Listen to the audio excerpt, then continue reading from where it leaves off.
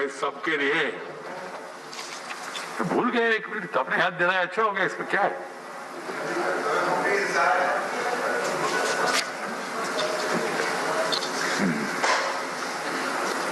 आदरणीय सभापति महोदय, लद्दाख की सीमाओं पर विगत कुछ महीनों में घटित घटनाओं का ब्यौरा सदन के सम्मानित सदस्यों के सामने रखने के लिए आज मैं यहाँ उपस्थित हूँ। हमारा यह महान देश भारत अनगिनत देशवासियों के त्याग एवं तपस्या के फलस्वरूप आज की स्थिति तक पहुंचा है। अध्यक्ष महोदय, स्वतंत्र भारत में भारत की सेनाओं ने देश की सुरक्षा के लिए अपना सर्वोच्च न्यौछावर करने में कभी भी कोताही नहीं बरती है। और आप सबको ज्ञात है कि 15 जून 2020 को गलवान घाटी में कर्नल संतोष बाबू के साथ हमारे 19 और बहादुर जवानों ने भारत माता की सीमा की रक्षा करते हुए अपने प्राणों की आहुति दे दी। हमारे प्रधानमंत्री श्री नरेंद्र मोदी जी ने स्वयं लद्दाख जाकर वीर जवानों का हौसला बढ़ाया। मैंने भी बहादुर जवानों से मिलकर उनके शौर्य और अटूट साहस का स्वयं भी अनुभव किया है। अध्यक्ष महोदय, सबसे पहले मैं संक्षेप में चाइना के साथ हमारे बाउंड्री इश्यूज के बारे में बताना चाहता हूं। जैसा कि सदन इस बात से अवगत है कि भारत एवं चाइना का सीमा का प्रश्न अभी तक अनसुलझा है। भारत और चाइना की बाउंड्री का कस्टमरी और ट्रेडिशनल अलाइनमेंट चाइना नहीं मानता है। यह सीमा रेखा वेल एस्टेब्लिश्ड भौगोलिक सिद्धांतों पर आधारित है, जिसकी पुष्टि न केवल ट्रीटीज और एग्रीमेंट्स द्वारा बल्कि हिस्टोरिक यूसेज और प्रैक्टिसेस द्वारा भी सभापति महोदय हुई है। इससे दोनों देश सदियों से अवगत हैं, जबकि चाइना यह मानता है कि बाउंड्री अभी भी औपचारिक रूप से निर्धारित नहीं है। साथ ही चाइना यह भी मानता है कि हिस्टोरिकल जुरिस्डिक्शन के आधार पर जो ट्रेडिशनल कस्टमरी लाइन है उसके बारे में दोनों देशों की एक अलग अलग व्याख्या है। दोनों देश 1950 और 1960 के दशक में इस पर बातचीत कर रहे थे, परंतु पारस्परिक रूप से स्वीकार्य समाधान नहीं निकल पाया था। सभापति महोदय, जैसा कि यह सदन अवगत है कि चाइना लद्दाख में भारत की लगभग 38,000 स्क्वायर किलोमीटर भूमि का अनधिकृत या कब्जा किए हुए है। इसके अलावा 1963 में एक तथाकथित बाउंड्री एग्रीमेंट के तहत पाकिस्तान ने पाक ऑक्युपाइड कश्मीर की 5,880 स्क्वायर किलोमीटर भारतीय जमीन अवैध रूप से चाइना को सौंप दी है। चाइना अरुणाचल प्रदेश की सीमा से लगे हुए लगभग 90,000 स्क्वायर किलोमीटर भारतीय क्षेत्र को भी अपना ही बताता है।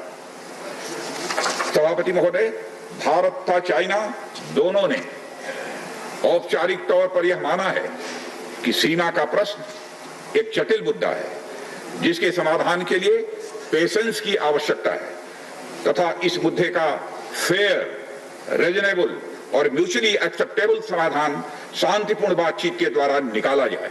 ये दोनों इस बात पर सहमत हैं। अंतरिम रूप से दोनों पक्षों ने यह मान लिया है कि सीमा पर शांति और स्थिरता बहाल रखना द्विपक्षीय संबंधों को बढ़ाने के लिए यह नितांत आवश्यक है। मैं यह भी बताना चाहता हूं सभापति महोदय कि अभी तक इंडिया चाइना के बॉर्डर एरियाज में commonly delineated line of actual control नहीं है और एलएसी को लेकर दोनों का परसेप्शन भी यह अलग अलग है। इसलिए पीस और ट्रैंक्विलिटी बहाल रखने के लिए दोनों देशों के बीच कई तरह की एग्रीमेंट्स और प्रोटोकॉल्स भी हुए हैं।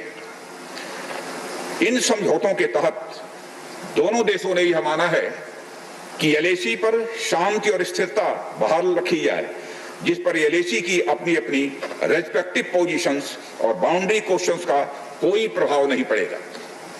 इस आधार पर वर्ष 1988 के बाद से दोनों देशों के बाइलेटरल रिलेशंस में काफी विकास भी हुआ है।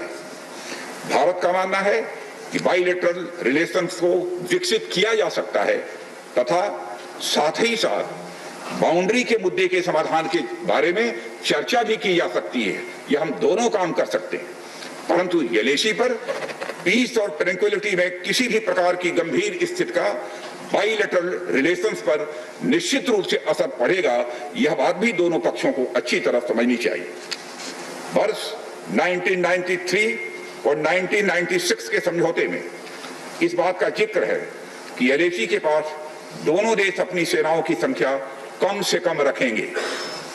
समझौते में यह भी है कि जब तक बाउंड्री इशू का पूर्ण समाधान नहीं होता है, तब तक एलएसी को स्ट्रिक्टली रेस्पेक्ट और एडहर किया जाएगा और उसका उल्लंघन किसी भी सूरत में नहीं किया जाएगा। सभापति महोदय, इन समझौतों में भारत व चाइना एलएसी के क्लैरिफिकेशन द्वारा एक कॉमन अंडरस्टैंडिंग पर पहुंचने के लिए भी प्रतिबद्ध हुए थे, पूरी तरह से कमिटेड थे। इसके आधार पर 1990 से 2003 तक दोनों देशों द्वारा एलएसी पर एक कॉमन अंडरस्टैंडिंग बनाने की कोशिश की गई, लेकिन इसके बाद चाइना ने इस कार्रवाई को आगे बढ़ाने पर अपनी सहमति नहीं जताई। इसके कारण कई जगहों पर चाइना तथा भारत के बीच एलएसी परसेप्शंस में ओवरलैप बराबर बना रहता है। इन क्षेत्रों में तथा बॉर्डर के कुछ अन्य इलाकों में दूसरे समझौतों के आधार पर दोनों की सेनाएं फेस आसाद की स्थिति का बराबर समाधान निकालती हैं, जिससे कि शांति कायम रहे। सभापति महोदय, इससे पहले कि मैं सदन को वर्तमान स्थिति के बारे में बताऊं, मैं यह बताना चाहता हूं कि सरकार की विभिन्न इंटेलिजेंस एजेंसीज के बीच कोऑर्डिनेशन का एक इलेबोरेट और टाइम टेस्टेड मैकेनिज्म है, जिसमें सेंट्रल पुलिस फोर्सेस और तीनों आर्म्ड फोर्सेस की इंटेलिजेंस एजेंसी भी शामिल हैं। टेक्निकल और ह्यूमन इंटेलिजेंस को लगातार कोऑर्डिनेटेड तरीके से इकट्ठा किया जाता है तथा आर्म्ड फोर्सेस से उनके डिसीजन मेकिंग के लिए शेयर भी किया जाता है। सभापति महोदय, मैं अब सदन को इस साल उत्पन्न परिस्थितियों के बारे में अवगत कराना चाहता हूं। अप्रैल माह से ईस्टर्न लद्दाख की सीमा पर चाइना ने सेनाओं की संख्या तथा उनके आर्मामेंट्स में वृद्धि की है, जिसे स्पष्ट रूप से देखा गया है। मई महीने के प्रारंभ में चाइना ने गलवान घाटी क्षेत्र में हमारी ट्रुप्स की नॉर्मल ट्रेडिशनल पेट्रोलिंग पैटर्न में व्यवधान डालना शुरू किया, जिसके कारण फेस ऑफ की स्थिति उत्पन्न हुई। ग्राउंड कमांडर्स द्वारा इस समस्या को सुलझाने के लिए विभिन्न समझौतों तथा प्रोटोकॉल के तहत वार्ता की जा रही थी कि इसी बीच मई महीने के मध्य में सभापति महोदय, चाइना द्वारा वेस्टर्न सेक्टर में कई स्थानों पर एलएसी पर ट्रांसग्रेशन करने की कोशिश की गई। इसमें कोंकला, गोगरा और पेंगोंग लेक का नॉर्थ बैंक शामिल है। इन कोशिशों को हमारी सेनाओं ने समय पर देख लिया तथा उसके लिए आवश्यक जवाबी कार्रवाई भी हमारी सेना ने की, सभापति महोदय। और हमने चाइना को डिप्लोमेटिक तथा मिलिट्री चैनल्स के माध्यम से यह अवगत करा दिया इस प्रकार की गतिविधियां यथास्थिति को यानी स्टेटस को एक तरफा बदलने का प्रयास है, और यह भी साफ कर दिया कि ये प्रयास हमें किसी भी सूरत में सभापति महोदय मंजूर नहीं है। यह दो टूक शब्दों में यह चाइना को बता दिया गया है। एलएसी के ऊपर फ्रिक्शन बढ़ता हुआ देखकर दोनों तरफ के सैन्य कमांडरों ने 6 जून 2020 को मीटिंग की तथा इस बात पर सहमति बनी कि रेसिप्रोकल एक्शंस के आधार पर डिसएंगेजमेंट किया जाना चाहिए। दोनों पक्ष इस बात पर भी सहमत हुए कि एलएसी को माना जाएगा तथा कोई ऐसी कार्रवाई नहीं की जाएगी जिससे यथास्थिति यानी स्टेटस को बदले।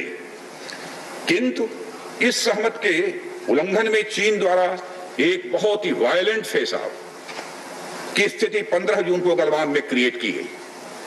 हमारे बहादुर सिपाहियों ने, बहादुर जवानों ने अपनी जान का बलिदान दिया, पर साथ ही चीनी पक्ष को भी भारी क्षति पहुंचाई है सभापति महोदय, और अपनी सीमा की सुरक्षा में कामयाब भी रहे।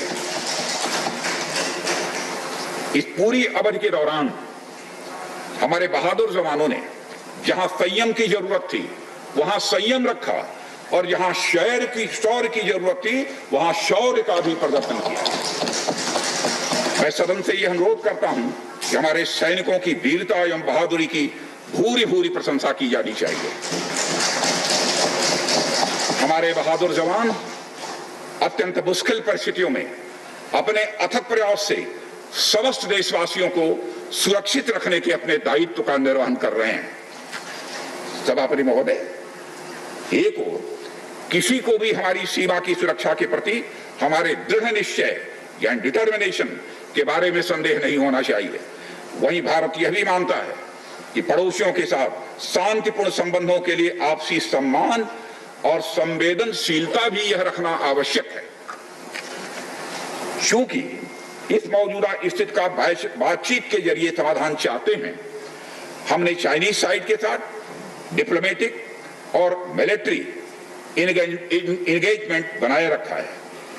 इन डिस्कशंस में 3 की प्रिंसिपल्स हमारी अप्रोच को सभापति महोदय तय करते हैं। पहला, दोनों पक्ष को एलएसी का सम्मान और कड़ाई से पालन करना चाहिए। फर्स्ट। सेकंड, किसी भी पक्ष को अपनी तरफ से यथास्थिति का यानी स्टेटस को का उल्लंघन करने का प्रयास नहीं करना चाहिए। थर्ड, दोनों पक्षों के बीच सभी समझौतों और अंडरस्टैंडिंग्स का पूर्णतया पालन करना चाहिए। चाइनीज साइड की यह पोजीशन है कि स्थिति को एक जिम्मेदार ढंग से हैंडल किया जाना चाहिए और द्विपक्षीय समझौतों एवं प्रोटोकॉल के अनुसार शांति एवं स्थिरता सुनिश्चित किया जाना चाहिए। लेकिन सभापति महोदय, इसके बावजूद चीन की गतिविधियों से यह पूरी तरह से स्पष्ट है, उसकी कथनी और उसकी करनी में अंतर है। और इसका प्रमाण है कि जब डिस्कशन चल ही रहे थे, चीन की तरफ से 29 और 30 अगस्त की रात को प्रोवोकेटिव माने उकसाने वाली, भड़काने वाली है सैनिक कार्रवाई की गई, तो चीन की तरफ से की गई, भारत की तरफ से नहीं की गई। जो पेंगोंग लेक के साउथ बैंक एरिया में स्टेटस को बदलने का एक चीन के द्वारा प्रयास किया गया, लेकिन एक बार फिर हमारी आर्म फोर्सेस के द्वारा सभापति महोदय टाइमली व फर्म एक्शंस के कारण उनके प्रयास किसी भी सूरत में सफल नहीं हो पाए। सभापति महोदय, जैसा कि उपर्युक्त घटनाक्रम से स्पष्ट है, चीन की कार्रवाई से हमारे विभिन्न द्विपक्षीय समझौतों के प्रति उसका डिसरिगार्ड दिखता है। चीन द्वारा ट्रुप्स की भारी मात्रा में तैनाती किया जाना 1993 और 1996 के समझौतों का उल्लंघन है।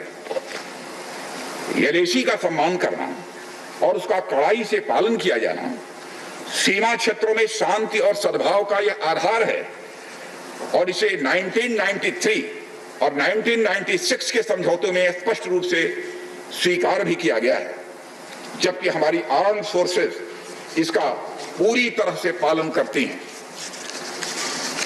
सभापति महोदय, चाइनीज साइड की ओर से ऐसा नहीं हुआ है। उनकी कार्रवाई के कारण एलएसी के आसपास समय समय पर फेस ऑफ और फ्रिक्शंस पैदा हुए हैं।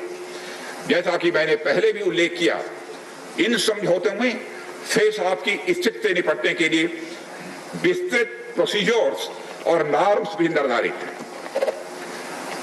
तथापि इस वर्ष हाल की घटनाओं में चाइनीज फोर्सेस का वायलेंट कंडक्ट सभी म्यूचुअली एग्रीड नॉर्म्स का यह पूर्णतया उल्लंघन है। सभापति महोदय, अभी की स्थिति के अनुसार चाइनीज साइड ने एलएसी और अपने अंदरूनी क्षेत्रों में बड़ी संख्या में सैनिक टुकड़ियां और गोला बारूद मोबिलाइज किया हुआ है। पूर्वी लद्दाख और गोगरा, कोंकड़ा और पेंगोंग लेक का नॉर्थ और साउथ बैंक्स पर कई फ्रिक्शन एरियाज हैं।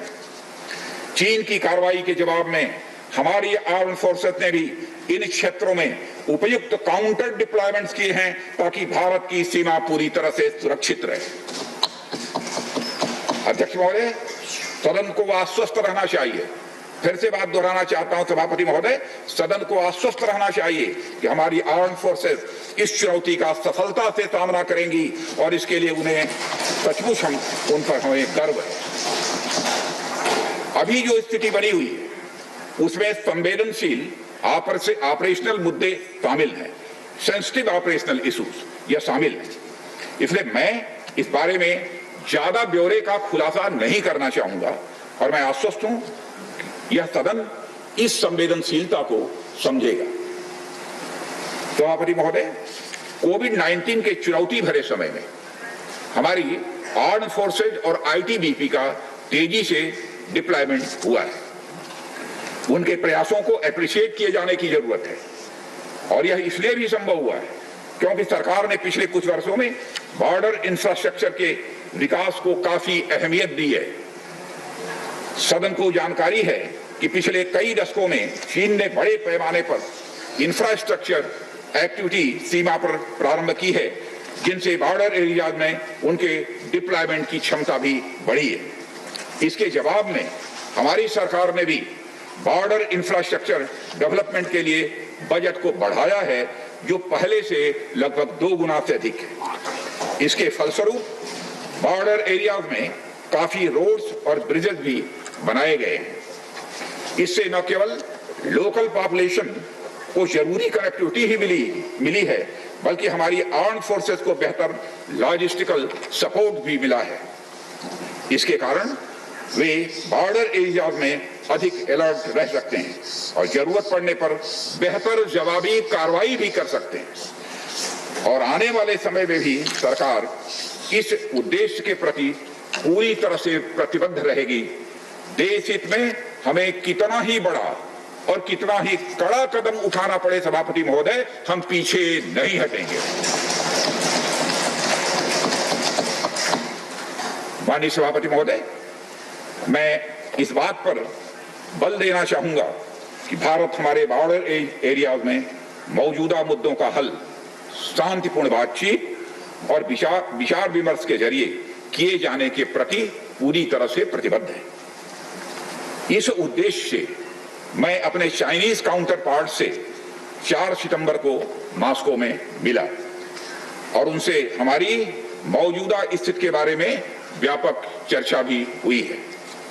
मैंने स्पष्ट तरीके से हमारी चिंताओं को चीनी पक्ष के सामने रखा है, जो उनकी बड़ी संख्या में ट्रूप्स की तैनाती, आक्रामक रवैया और एक तरफा स्टेटस को बदलने की कोशिश से संबंधित था। इन सब सारे मुद्दों को अपने काउंटर पार्ट के सामने हमने रखा है और मैंने 2 टूक शब्दों में यह स्पष्ट किया कि हम इस मुद्दे को शांतिपूर्ण ढंग से हल करना चाहते हैं और हम चाहते हैं कि चीनी पक्ष हमारे साथ मिलकर काम करे। वहीं हमने यह भी स्पष्ट कर दिया कि हम भारत की एकता, संप्रभुता और अखंडता की रक्षा के लिए पूरी तरह से प्रतिबद्ध हैं। यह भी हमने पूरी तरह से स्पष्ट कर दिया। इसके बाद मेरे सहयोगी विदेश मंत्री श्री जयशंकर जी भी 10 सितंबर को मॉस्को में चाइनीज विदेश मंत्री से मिले।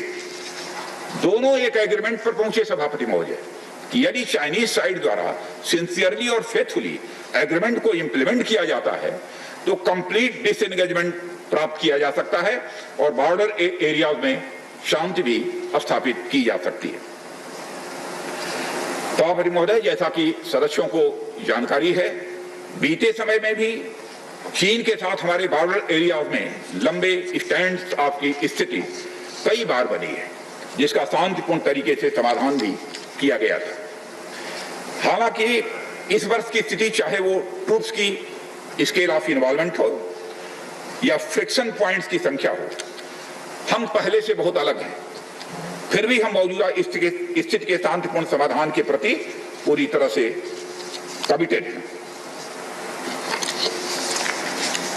अध्यक्ष महोदय, युद्ध की शुरुआत तो हमारे हाथ में होती है, लेकिन उसका अंत नहीं होता है और मुझे कई बार ताज्जुब होता है कि शांति का यह संदेश जिस धरती से पूरे विश्व को गया है, उस धरती की शांति में विघ्न के द्वारा विघ्न डालने का प्रयास किए जाते हैं। और अध्यक्ष महोदय, सदन के माध्यम से मैं हमारे 130 करोड़ देशवासियों को आश्वस्त करना चाहता हूं कि हम देश का मस्तक झुकने नहीं देंगे, न ही हम किसी का मस्तक झुकाना चाहते हैं। इस राष्ट्र के प्रति, इसकी सुरक्षा के प्रति हम पूरी तरह से दृढ़ संकल्प हैं। अध्यक्ष महोदय, इस सदन की एक गौरवशाली परंपरा रही है कि जब भी देश के समक्ष कोई बड़ी चुनौती आई है तो इस सदन ने भारतीय सेनाओं की दृढ़ता और संकल्प के प्रति अपनी पूरी एकता और पूरा भरोसा दिखाया है। साथ ही सीमा क्षेत्र में तैनात अपने बहादुर सेना के जवानों के शौर्य, पराक्रम और सीमा की सुरक्षा के प्रति उनकी प्रतिबद्धता पर इस सदन ने पूरा विश्वास भी व्यक्त किया है। मैं आपके माध्यम से देशवासियों को यह विश्वास दिलाना चाहता हूं कि हमारे आर्म फोर्सेस के जवानों का जोश एवं हौसला बुलंद है सभापति महोदय, और हमारे जवान किसी भी संकट का सामना करने के लिए पूरी तरह से दृढ़ प्रतिज्ञ हैं। और इस बार भी सीमा पर हमारे वीरों ने किसी भी प्रकार की आक्रामकता दिखाने के बजाय धैर्य और साहस का परिचय दिया है। हमारे यहाँ कहा गया है कि साहसे खलु स्त्री वसति, यानी साहस में ही विजय स्त्री का निवास होता है। और हमारे सैनिक तो साहस के साथ साथ संयम, शक्ति, शौर्य और पराक्रम की जीती जागती प्रतिमूर्ति है सभापति महोदय। महोदय, माननीय प्रधानमंत्री जी के बहादुर जवानों के बीच जाने के बाद हमारे कमांडर तथा जवानों में यह स्पष्ट संदेश गया है कि देश के 130 करोड़ देशवासी जवानों के साथ खड़े हैं। उनके लिए बर्फीली ऊंचाइयों के अनुरूप विशेष प्रकार के गर्म कपड़े, उनके रहने का स्पेशलाइज्ड टेंट तथा उनके सभी अस्त्र शस्त्र व गोला बारूद की पर्याप्त व्यवस्था की गई है। महोदय, हमारे जवानों का हौसला बुलंद है। दुर्गम ऊंचाइयों पर जहां ऑक्सीजन की बराबर कमी बनी रहती है तथा तापमान भी शून्य से नीचे होता है, उनके उत्साह में कोई कमी देखने को नहीं मिलती है और वे सियाचिन, कारगिल आदि जैसी ऊंचाइयों पर अपना कर्तव्य इतने वर्षों से लगातार निभाते चले आ रहे हैं। सभापति महोदय, यह सच है कि हम लद्दाख में एक चुनौती के दौर से गुजर रहे हैं, लेकिन साथ ही मुझे पूरा भरोसा है कि हमारा देश और हमारे वीर जवान इस चुनौती पर खरे उतरेंगे। मैं इस सदन से अनुरोध करता हूं कि हम एक ध्वनि से अपनी सेनाओं की बहादुरी और उनके अदम्य साहस के प्रति सम्मान प्रदर्शित करें और इस सदन से दिया गया एकता व पूर्ण विश्वास का संदेश पूरे देश और पूरे विश्व में गूंजेगा और हमारे जवान जो कि चीनी सेनाओं से आंख मिलाकर अडिग खड़े हैं, उनमें एक नए मनोबल, ऊर्जा व उत्साह का सभापति महोदय संचार होगा। इन्हीं शब्दों के साथ मैं अपना वक्तव्य समाप्त करता हूँ। बहुत बहुत धन्यवाद।